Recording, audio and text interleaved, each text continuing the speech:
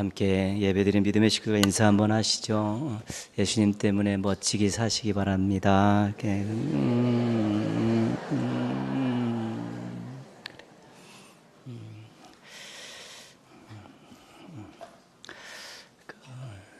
조희선 시인의 모기의 믿음이라는 짧은 시가 있습니다. 내용은 이렇습니다. 텃밭에 나가니 아침상 차려주신 줄 알고 모기 때 반가이 달려드네. 나는 착각이라 하고 모기는 기도 응답이라 하네. 상황은 그런 것이죠. 텃밭에 나갔는데 모기들이 와서 막 달려드는 것이죠.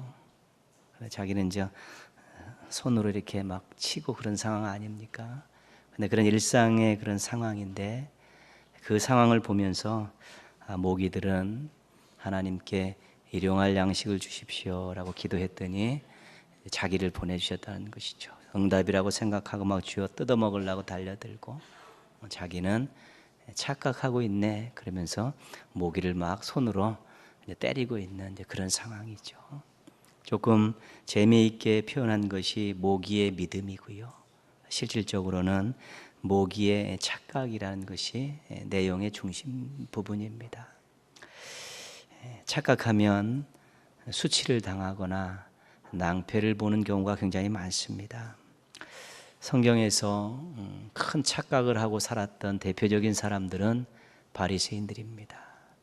나는 의롭다. 나는 그 누구 못지않게 하나님을 잘 믿고 섬기고 있다. 그랬지만 결국은 예수님께 책망받고 나중에는 저주의 말까지 들었습니다. 자기 스스로 의로운 사람이고 좋은 믿음을 가지고 있다고 착각했. 예수님이 보시니까 형편없는 신앙, 형식적인 신앙이었다는 것이죠. 그래서 바리새인들은 그 믿음에 대한 착각 때문에, 신앙에 대한 착각 때문에 예수님께 아주 큰 책망을 들었던 대표적인 사람들입니다. 착각하지 않고 살 수는 없습니다. 인생에 우리가 부족하기 때문에 많은 착각들이 있는데 또 일상에서 일어나는 작은 착각들 때문에 또 웃는 일도 굉장히 많습니다. 그러나 신앙과 관련된 착각은 하지 않도록 조심해야 합니다. 그 착각 때문에 하나님의 영광을 가릴 수 있기 때문입니다. 그 착각 때문에 불순종할 수 있기 때문입니다. 그 착각 때문에 실족할 수 있기 때문입니다. 그래서 늘 신앙에 있어서 가장 중요한 것, 우리 교회에서도 그렇고 제가 늘 강조하는 것, 매일 말씀을 놓고 자기 자신을 비춰보고 때 묻은 것들, 부족한 것들, 어리석은 것들 늘 기도하면서 하나님의 도우심을 간구하는 것, 그것이 모든 신앙의 첫걸음이라는 것입니다. 그게 안 돼 있으면 아무리 멋지고 아름다운 일을 한다 할지라도 그 자체가 나중에는 좋은 결과가 될 수 없습니다. 신앙에 착각하지 않도록 주님의 뜻에 맞는 신앙인이 되기 위해서 늘 말씀 놓고 묵상하고 또 기도하면서 하루하루 자신을 점검해 나가게 될 때 착각하지 않게 되는 것입니다. 자신은 신앙이 좋은 줄 알고 사는데 남들이 볼 때는 형편없는 일도 생길 수 있고요. 정말 자신은 주님 앞에서 큰일 했다고 하지만 주님 볼 때는 정말 그 마음은 허접한 그런 경우도 생길 수 있는 것입니다. 기준이 자기가 아니라 말씀이고요. 자기의 능력으로 사는 것이 아니라 주님의 은혜로 사기 때문에 착각하지 않게 해주십시오. 하나님 앞에 진실되게 살게 해주십시오라는 개인 경건 생활을 충실히 하면서 늘 하나님 앞에 아름다운 모습으로 서게 될 때 좋은 신앙에서 좋은 사명이 나오고 좋은 신앙에서 좋은 삶이 나오게 되는 것입니다.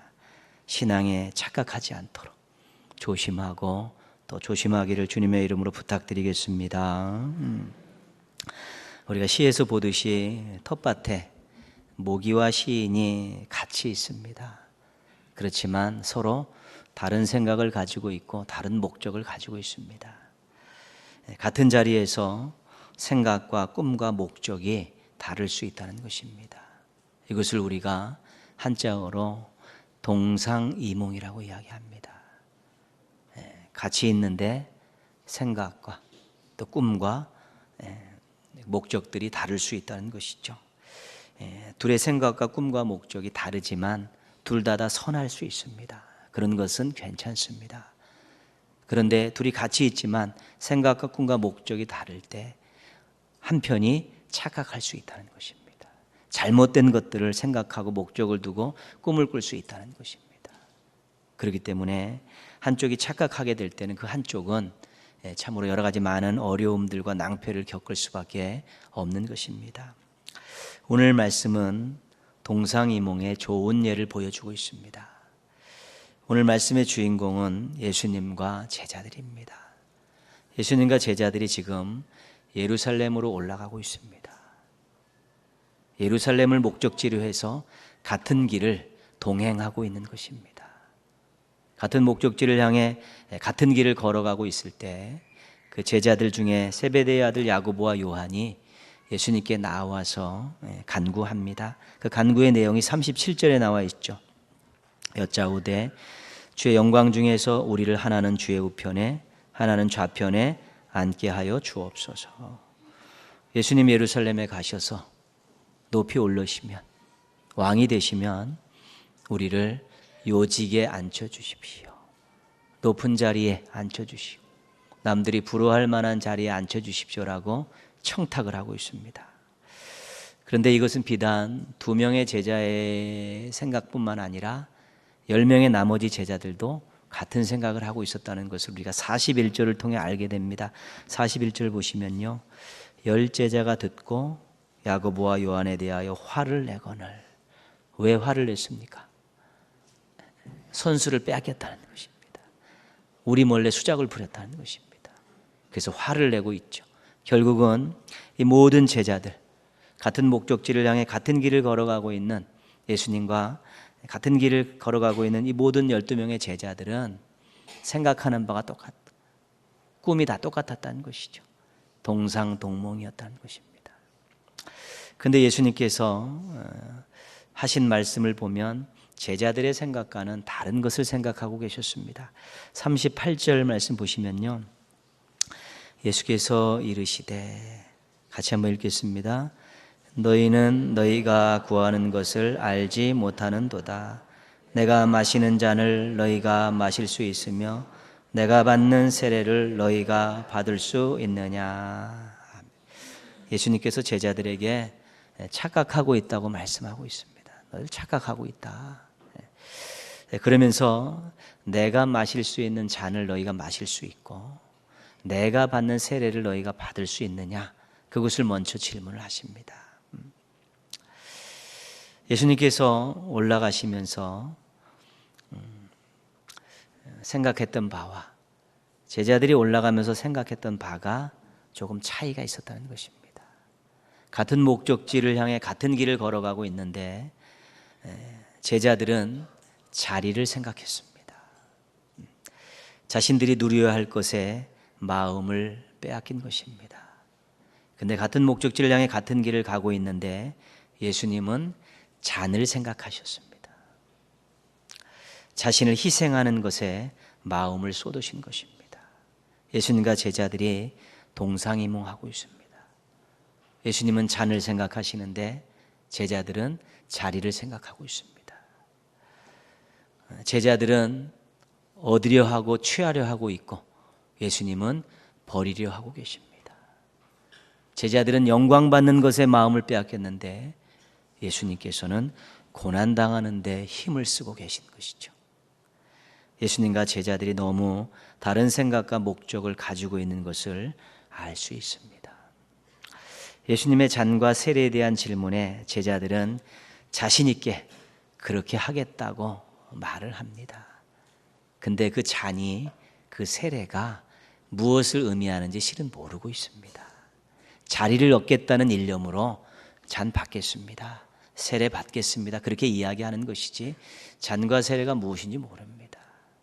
잔과 세례는 십자가입니다. 십자가의 고난이고 십자가 죽음입니다. 예수님께서 잡히셨을 때 제자들 다 어떠했습니까? 다 도망갔습니다. 예수님 십자가에 달려 죽으실 때 제자들은 멀리서 볼 수밖에 없었고요. 여인들만, 예수님을 섬겼던 여인들만 예수님의 십자가 밑을 지켰던 것이지요. 그들이 잔을 마실 수 있고 세례를 받을 수 있다고 이야기했지만 실은 허풍이었습니다. 자리를 얻기 위한 하나의 수단이었던 것이죠. 근데 예수님께서 이렇게 말씀하십니다. 40절에 보시면요, 내 좌우편에 앉는 것은 내가 줄 것이 아니라 누구를 위하여 준비되었든지 그들이 얻을 것이니라. 예수님께서는 잔에 대한 권한은 있지만 자리에 대한 권한은 당신에게 없다고 말씀하십니다. 아예 자리는 생각도 하지 않으신 것이죠. 예수님께서 이 땅에 오실 때 무엇을 버리셨습니까? 하늘 영광 보좌를 버리셨습니다. 예수님께서 그 영광스러운 자리를 던지고 이 땅에 잔을 받으러 오셨는데 이 땅에 오셔서 무슨 자리를 탐하시겠습니까? 만왕의 왕의 자리를 내놓고 오셨는데 이 땅에 그런 한 지역의 한 국가의 왕이 되는 그 자리를 탐하셨겠습니까? 예수님은 자리에 대한 미련은 이미 하늘 보좌를 버리고 내려오실 때 다 털어버리신 것입니다. 오로지 잔만 생각하고 오셨죠. 자리는 잔을 마신 자들에게 하나님께서 계획을 가시고 계시고 하나님께서 주신다.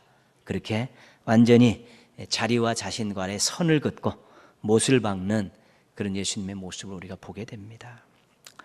제자들이 생각한 자리는 예수님의 생각과는 무관한 것입니다. 또한 예수님의 권한과도 상관이 없는 것이죠. 헛물켠 것입니다. 착각한 것입니다. 예수님을 따라 나셨던 제자라고 예수님을 따라 나시고 그 많은 말씀을 듣고 그 기적의 현장에 있었는데 이 마지막 때에 정말 초라한 모습으로 스승 옆에 동행하는 제자들의 모습을 보고 있는 것입니다. 잔을 생각하시면서 예루살렘으로 올라가시는 그 예수님 곁에서 자리를 생각하면서 그 옆을 따라가는 그 제자들의 모습이 얼마나 안쓰럽고 얼마나 초라한지 모릅니다. 제자들의 신앙은 자리신앙입니다. 자리신앙은 자신들의 이익에만 관심이 있는 신앙입니다. 수고하지 않고 열매만 바라는 신앙입니다. 희생해야 할 일에 대해서 뒷걸음치는 신앙이 자리신앙입니다. 이 자리신앙의 이면에는 욕심이 있습니다. 욕심은 다른 사람의 것을 나의 것으로 취하고자 하는 그런 마음입니다. 다른 사람보다 더 많이 갖고 더 높아지려는 마음이고요. 기득권을 포기하지 않으려는 마음이 욕심입니다. 야고보서 4장 1절은 이렇게 말씀합니다. 너희 중에 싸움이 어디로부터 다툼이 어디로부터 나느냐? 너희 지체 중에서 싸우는 정욕으로부터 나는 것이 아니냐? 인간관계에서 우리가 살고 있는 세상에서 많은 다툼과 싸움이 있습니다. 그런데 야고보서는 그 원인을 욕심이라고 말씀하고 있습니다.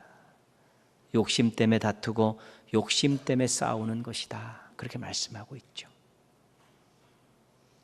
유산을 갖고 싸우는 그 자녀들의 그런 모습들 더 급격히 많아져 가고 있습니다.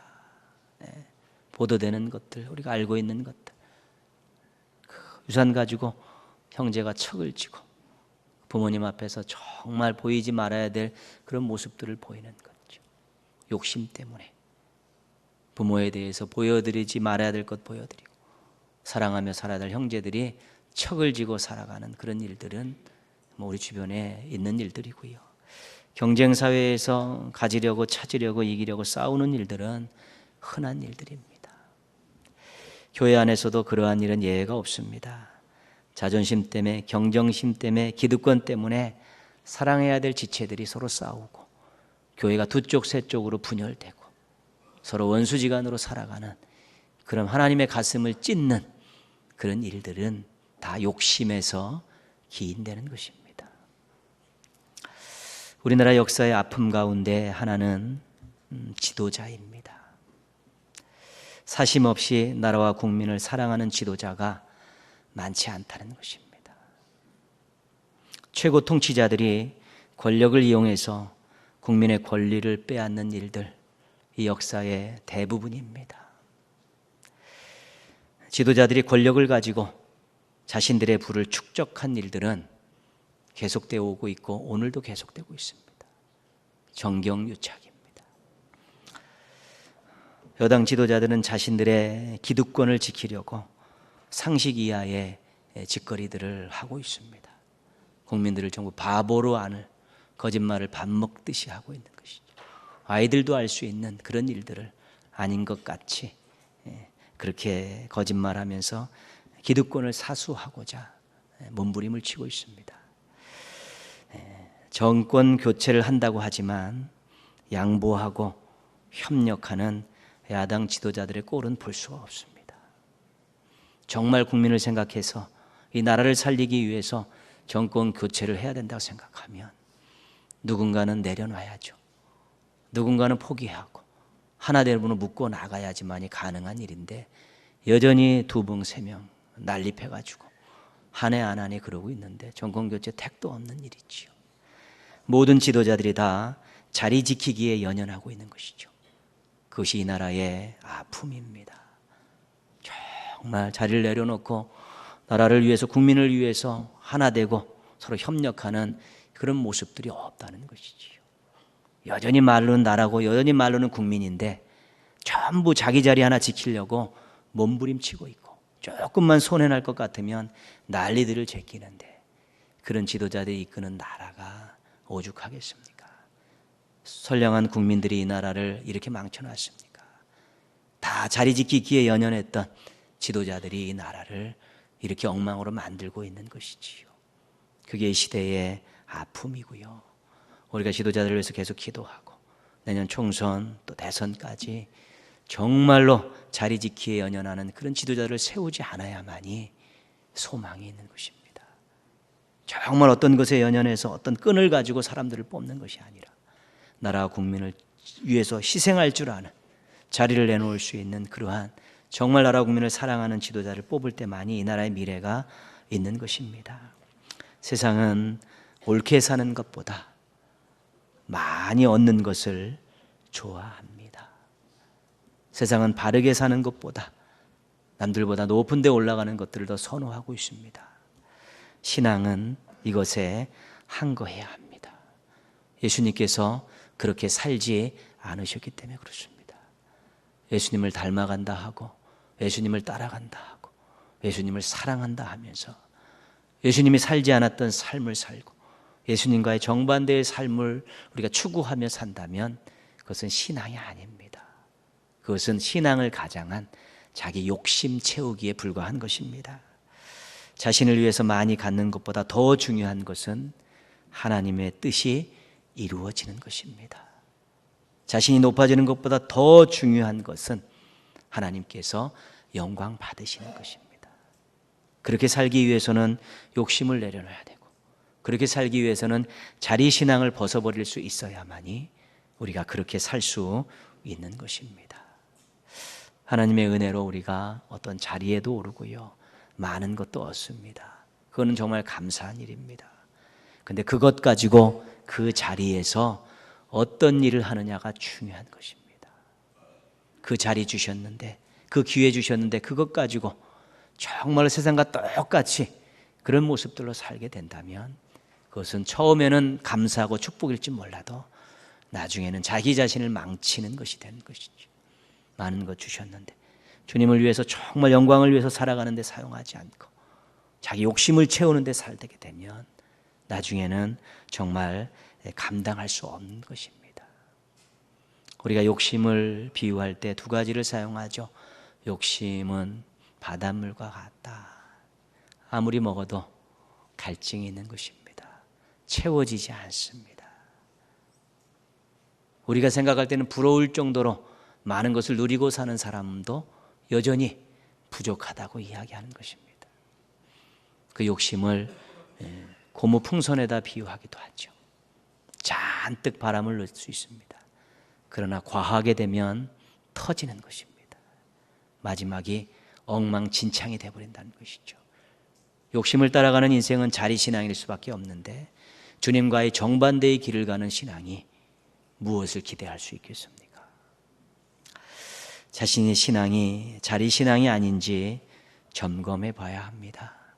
욕심을 성령님의 도우심으로 고개 들지 못하도록 제압해야 합니다.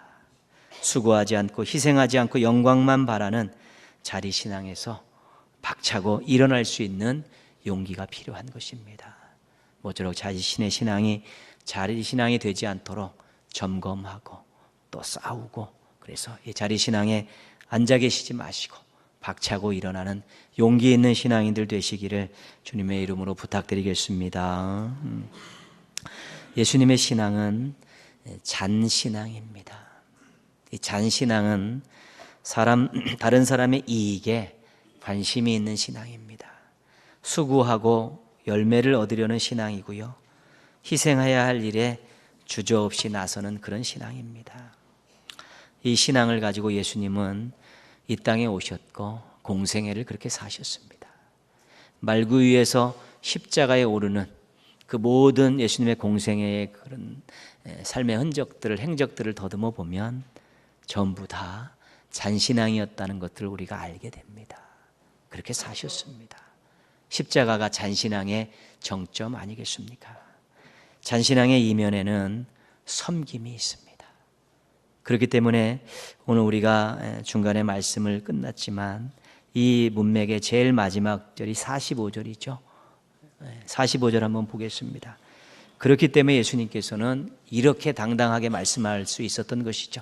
45절 요절입니다. 같이 한번 하겠습니다. 인자가 온 것은 섬김을 받으려 함이 아니라 도리어 섬기려 하고 자기 목숨을 많은 사람의 대속물로 주려 함이니라. 아멘. 나는 섬기러 왔다. 주러 왔다. 귀한 것까지 다 주러 왔다. 그렇게 제자들에게, 우리들에게 당당하게 말씀할 수 있었습니다. 섬김은 다른 사람의 기쁨을 생각하는 삶의 태도입니다. 섬김은 다른 사람의 이익을 생각해 주는 그런 태도이고요, 섬김은 다른 사람과 더불어 살고자 하는 그런 태도입니다. 섬김이 어렵습니다. 여러분, 신앙에서 이야기하는 많은 덕목들은 어렵습니다. 왜 어렵냐 하면 자기 자신을 극복해야 되기 때문에 그렇습니다. 자기 자신의 마음을 다스릴 수 있어야 가능하기 때문에 그렇습니다. 섬김도 마찬가지죠. 다른 사람을 위해서 시간을 내고 물질을 내고 손을 펼 수 있고 도울 수 있다는 것들이 쉽지만 않은 것입니다. 그러나 예수님의 말씀을 기억하며 한번 용기를 내십시오. 요한복음 12장 26절입니다. 사람이 나를 섬기려면 나를 따르라. 사람이 나를 섬기면 내 아버지께서 그를 귀히 여기시리라. 예수님을 섬기려 하면 섬김의 삶을 살아야 된다는 것이죠. 섬김의 삶을 살지 않고 예수님을 섬긴다는 것은 거짓말이라는 것입니다. 내가 예수님을 섬기고자 하면 다른 섬김의 삶이 있어야 되고, 다른 섬김의 삶이 있는 그 사람을 하나님께서 귀하게 여겨주신다고 말씀하신 것이죠. 너희들 섬김의 삶을, 나와 같이 잔신함 가지고 섬김의 삶을 살았으면 좋겠다. 근데 힘들지, 두렵지. 그러나 하나님께서 귀하게 여겨주신다. 한번 그렇게 살아봐라. 권면하고 있는 말씀입니다. 하나님께서 귀하게 여기신다는 것이 얼마나 감사한 일인지 모릅니다. 이사야서는 우리를 보배롭고 존귀하게 여겨주신다고 말씀하시지 않습니까? 요한복음에서는 우리를 하나님의 자녀라고 칭해 주셨고요, 갈라디아에서는 우리를 하나님의 상속자라고 그렇게 말씀하고 계시지 않습니까? 지금도 우리는 충분히 귀한 존재입니다. 그런데 섬김의 삶을 살면 더 귀하게 여겨주신다는 거예요. 책임져 주신다는, 인생을 책임져 주신다는 것입니다. 하나님께서 귀하게 여기시는 것에 대해서 어떤 무명의 신앙인이 이런 글을 썼습니다. 하나님께서 냉장고를 갖고 계시다면 당신 사진이 그 위에 붙어 있을 것입니다. 하나님께서 지갑을 갖고 계시다면 당신 사진이 그 안에 들어 있을 것입니다. 명심하십시오. 하나님께서 당신에게 푹 빠져 있습니다. 고통 없는 날들을, 슬픔 없는 웃음을, 비를 동반하지 않는 햇살을 약속하지는 않으셨습니다. 하지만 하루를 견뎌낼 힘을, 눈물에 대한 위안을, 앞날을 열어줄 빛을 당신에게 주실 것입니다. 섬기며 살면 절대 손해보지 않는다는 것이죠. 냉장고가 있으면 하나님께서 우리 사진을 냉장고에 붙여놓고 열 때마다 보시고 흐뭇해 하시고, 지갑이 있으시면 지갑 속에다가 사진 놓고 또 열어보고 또 행복해 하신다는 것이죠. 여러분의 지갑 속에 누구의 사진이 있습니까? 사랑하는 사람의 사진이 있지 않습니까? 미운 사람 사진 넣고 다니겠습니까? 그 정도로 하나님께서 우리를 귀하게 여기시고, 삶에 여러 가지 어려움이 있지만 때를 따라 돕는 은혜를 베푸셔서 우리가 정말로 수치당하지 않고 살 수 있도록 하나님께서 해결해 주신다는 것이 예수님의 말씀 속에 담겨 있는 참된 의도입니다. 잔신앙 한번 가져보지 않으시겠습니까? 수고와 희생이 있지만 더 귀한 가치들을 경험할 수 있습니다. 잔신앙으로 무장하셔서 하나님과 동행하고 이쁨 받는 우리 성도들 되기를 주님의 이름으로 부탁드리겠습니다. 우리가 언젠가는 하나님 앞에 설 날이 있습니다. 근데 하나님께서 우리를 보시면서 무엇 가지고 왔니? 이렇게 물으시겠습니까? 어떻게 살다 왔니? 이렇게 물으시겠습니까? 자리신앙은 이 땅에서 누려야 될 것들에 관심을 쏟고 사는 것입니다. 잔신앙은 이 땅에서 어떻게 살아가야 되느냐에 관심을 갖고 사는 것이죠. 그러나 우리가 일반적으로 다 알고 있지 않습니까? 빈손으로 왔다, 빈손으로 가고요. 적신으로 왔다, 적신으로 가는 것 아니겠습니까? 이 땅에서 우리가 가지고 살고 있었던 모든 것들은 다 내려놓고 가는 것 아닙니까? 하나님께서 무엇 가지고 왔냐 물으실 수가 없습니다. 가져갈 수가 없기 때문에요. 그들은 무엇을 가졌고 어떤 명예를 얻고 어떤 치적을 했다, 뭐 이런 것들 중요하게 생각하면 자리신앙으로 갈 수밖에 없습니다. 그러나 정말로 예수님처럼 부족하지만 섬기며 살다 왔습니다, 이렇게 대답할 수 있는 사람은 잔신앙을 가진 사람입니다. 그래서 자리신앙과 잔신앙이 단지 이 땅을 살아가는 삶의 모습일 뿐만 아니라 하나님 앞에서 대답할 말이 있느냐 없느냐를 결정짓는 중요한 신앙이 되는 것입니다. 여러분들은 예수님이 여러분과 함께 하신다고 믿으십니까? 임마누엘입니다. 함께 하신다. 여러분은 지금 예수님과 동행하고 계십니까? 정말 동행하고 계십니까? 예수님이 함께 계시고 내가 예수님과 동행한다면 지금 우리는 하나님 나라를 위해서 예수님과 함께 가는 것입니다. 그렇다면 무엇을 하지 말아야 합니까? 동상이몽하지 말아야 합니다. 예수님과 함께하고 예수님과 동행하고 함께 가고 있는데 예수님은 잔을 생각하며 걸으시는데 자신은 자리를 생각하며 걷는다면 이 동상이몽입니다. 그건 예수님이 착각하신 것이 아니라 우리가 착각한 것입니다. 만약에 예수님이 착각하셨다면 우리를 믿어주신 것밖에 없는 것입니다. 그래서 정말 예수님과 동행하는 인생 사시면서 내가 동상이몽하지 않겠다고 섬김을 생각하는 예수님 옆에서 자리를 생각하며 초라한 모습으로 서 있는 그런 인생은 되지 않겠다고, 그런 신앙인은 되지 않겠다고, 그런 제자는 되지 않겠다라고 다짐할 필요가 있는 것입니다. 자리신앙 벗어버리고 잔신앙을 준비하셔서 예수님과 동상동몽하는, 그래서 하나님께 귀히 여김을 받는 행복한 성도들로 살아가시기를 주님의 이름으로 축원합니다. 기도하겠습니다.